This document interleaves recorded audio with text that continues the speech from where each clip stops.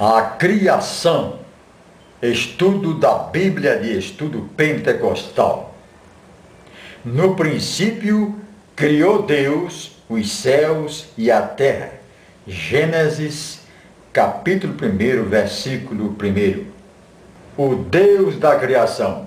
Primeiro, Deus se revela na Bíblia como um ser infinito, eterno, autoexistente e como a causa principal de tudo que existe. Nunca houve um momento em que Deus não existisse, conforme afirma Moisés.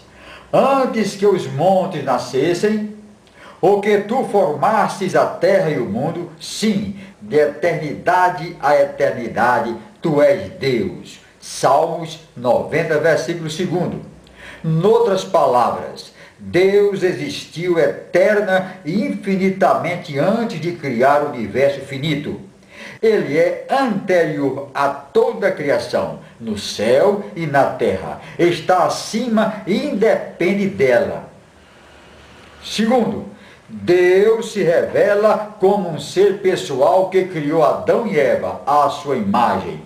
Porque Adão e Eva foram criados à imagem de Deus, podiam comunicar-se com Ele e também com Ele ter comunhão de modo amoroso e pessoal. Terceiro, Deus também se revela como um ser moral que criou tudo bom e, portanto, sem pecado.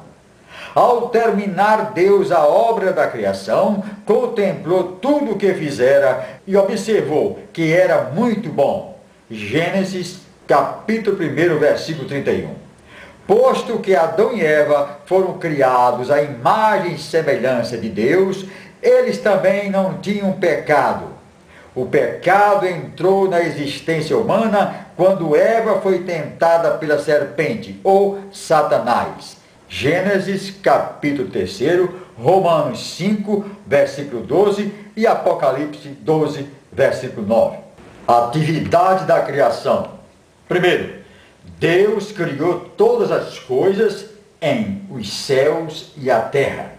Isaías 40, versículo 28, 42, versículo 5, 45, versículo 18, Marcos 13, versículo 19, Efésios 3, versículo 9, Colossenses, capítulo 1, versículo 16, Hebreus, capítulo 1, versículo 2, Apocalipse 10, versículo 6.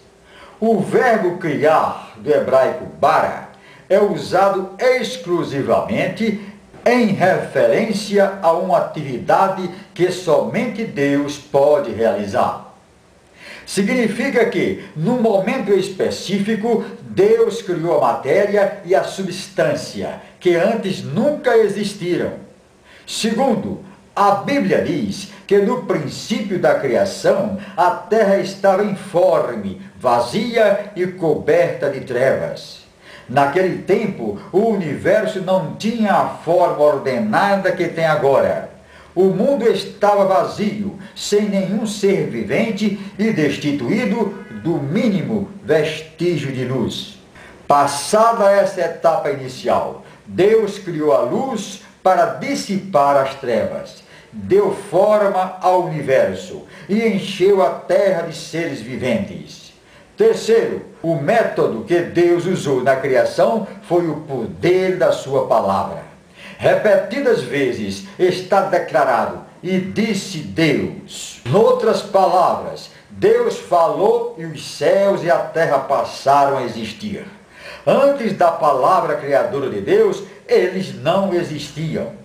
Vejam Salmos 33, versículos 6 e 9, 148, versículo 5, Isaías 48, versículo 13, Romanos 4, versículo 17, Hebreus 11, versículo 3.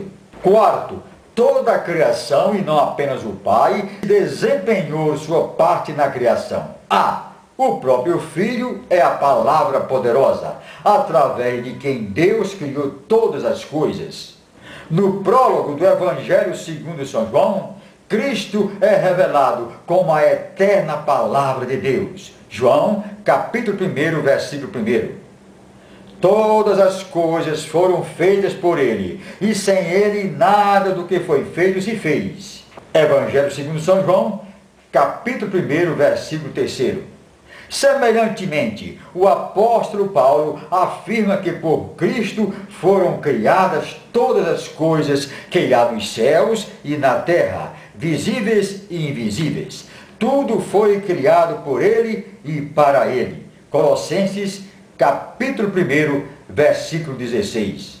Finalmente, o autor do livro de Hebreus afirma enfaticamente que Deus fez o universo por meio do seu Filho. Hebreus, capítulo 1, versículo 2. B. Semelhantemente, o Espírito Santo desempenhou um papel ativo na obra da criação. Ele é descrito como pairando, ou seja, se movia sobre a criação, preservando-a, preparando-a para as atividades criadoras adicionais de Deus. A palavra hebraica, traduzida por espírito, ruá, também pode ser traduzida por vento e fôlego. Por isso, o salmista testifica do papel do Espírito ao declarar: pela palavra do Senhor foram feitos os céus e todo o exército deles, pelo Espírito da sua boca. Salmos 33, versículo 6. Além disso, o Espírito Santo continua a manter e sustentar a criação. Leiam Jó 33, versículo 4, Salmos 104, versículo 30. O propósito e o alvo da criação. Deus tinha razões específicas para criar o mundo. Primeiro, Deus criou os céus e a terra como manifestação da sua glória, majestade e poder. Davi diz: os céus manifestam a glória de Deus e o firmamento anuncia a obra das suas mãos. Salmos 19, versículo 1. Ao olharmos a totalidade do cosmos criado, desde a imensa expansão do universo, a beleza e a ordem da natureza, ficamos tomados de temor reverente ante a majestade do Senhor Deus, nosso Criador. Segundo, Deus criou os céus e a terra para receber a glória e a honra que lhes são devidas. Todos os elementos da natureza, exemplo, o sol, a lua, as árvores da floresta, a chuva e a neve, os rios e os córregos, as colinas e as montanhas, os animais e as aves, rendem louvores ao Deus que os criou. Salmos 98, versículos 7 e 8. Isaías 55, versículo 12. Quanto mais Deus deseja e espera receber glória e louvor dos seres humanos. Terceiro, Deus criou a terra para prover um lugar onde o seu propósito e alvos para a humanidade fossem cumpridos. A. Deus criou Adão e Eva à sua própria imagem para comunhão amorável e pessoal com o ser humano por toda a eternidade. Deus projetou o ser humano como um ser trino e uno, corpo, alma e espírito, que possui mente, emoção e vontade, para que possa comunicar-se espontaneamente com Ele como Senhor, adorá-lo e servi-lo com fé, lealdade e gratidão. B. Deus desejou de tal maneira esse relacionamento com a raça humana que, quando Satanás conseguiu tentar Adão e Eva a ponto de se rebelarem contra Deus e desobedecer ao seu mandamento, ele prometeu enviar um Salvador para redimir a humanidade das consequências do pecado. Daí, Deus teria um povo para a sua própria possessão, cujo prazer estaria nele, que o glorificaria e que viveria em retidão e santidade diante dele.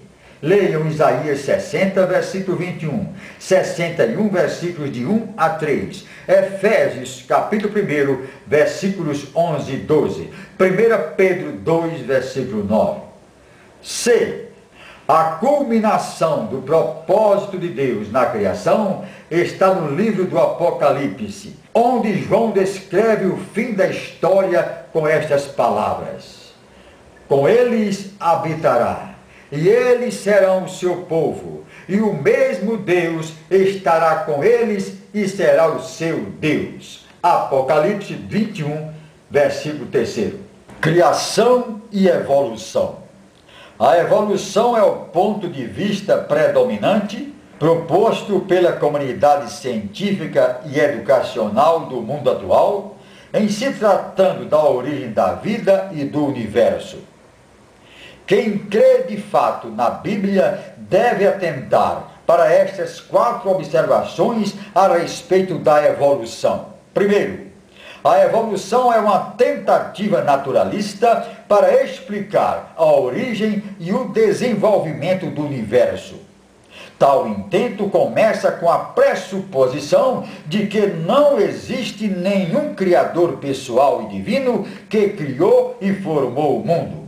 Pelo contrário, tudo veio a existir mediante uma série de acontecimentos que decorreram por acaso ao longo de bilhões de anos. Os postulantes da evolução alegam possuir dados científicos que apoiam a sua hipótese. Segundo, o ensino evolucionista não é realmente científico.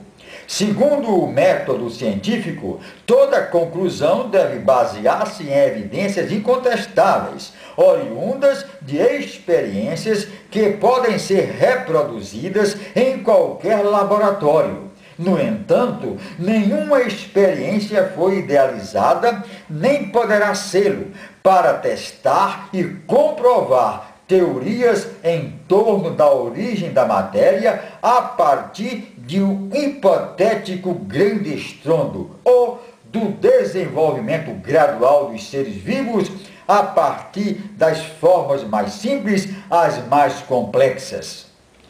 Por conseguinte, a evolução é uma hipótese sem evidência científica, e somente quem crê em teorias humanas é que pode aceitá-la. A fé do povo de Deus, pelo contrário, firma-se no Senhor e na sua revelação inspirada, a qual declara que Ele é quem criou do nada todas as coisas. Leia Hebreus, capítulo 11, versículo 3. Terceiro, é inegável que alterações e melhoramentos ocorrem em várias espécies de seres viventes. Por exemplo, algumas variedades dentro de várias espécies estão se extinguindo. Por outro lado, ocasionalmente vemos novas raças surgindo dentre algumas das espécies. Não há, porém, nenhuma evidência, nem sequer no registro geológico, a apoiar a teoria de que um tipo de ser vivente já evoluiu de outro tipo. Pelo contrário, as evidências existentes apoiam a declaração da Bíblia que Deus criou cada criatura vivente conforme a sua espécie. Gênesis, capítulo 1, versículos 21, 24 e 25. Quarto, os crentes na Bíblia devem também rejeitar a teoria da chamada evolução teísta. Essa teoria aceita a maioria das conclusões da evolução naturalista. Apenas acrescenta que Deus deu início ao processo evolutivo. Essa teoria nega a revelação bíblica que atribui a Deus um papel ativo em todos os aspectos da criação. Deus não é um supervisor indiferente de um processo evolutivo. Pelo contrário, é o Criador ativo de todas as coisas. Leiam Colossenses, capítulo 1, versículo 16.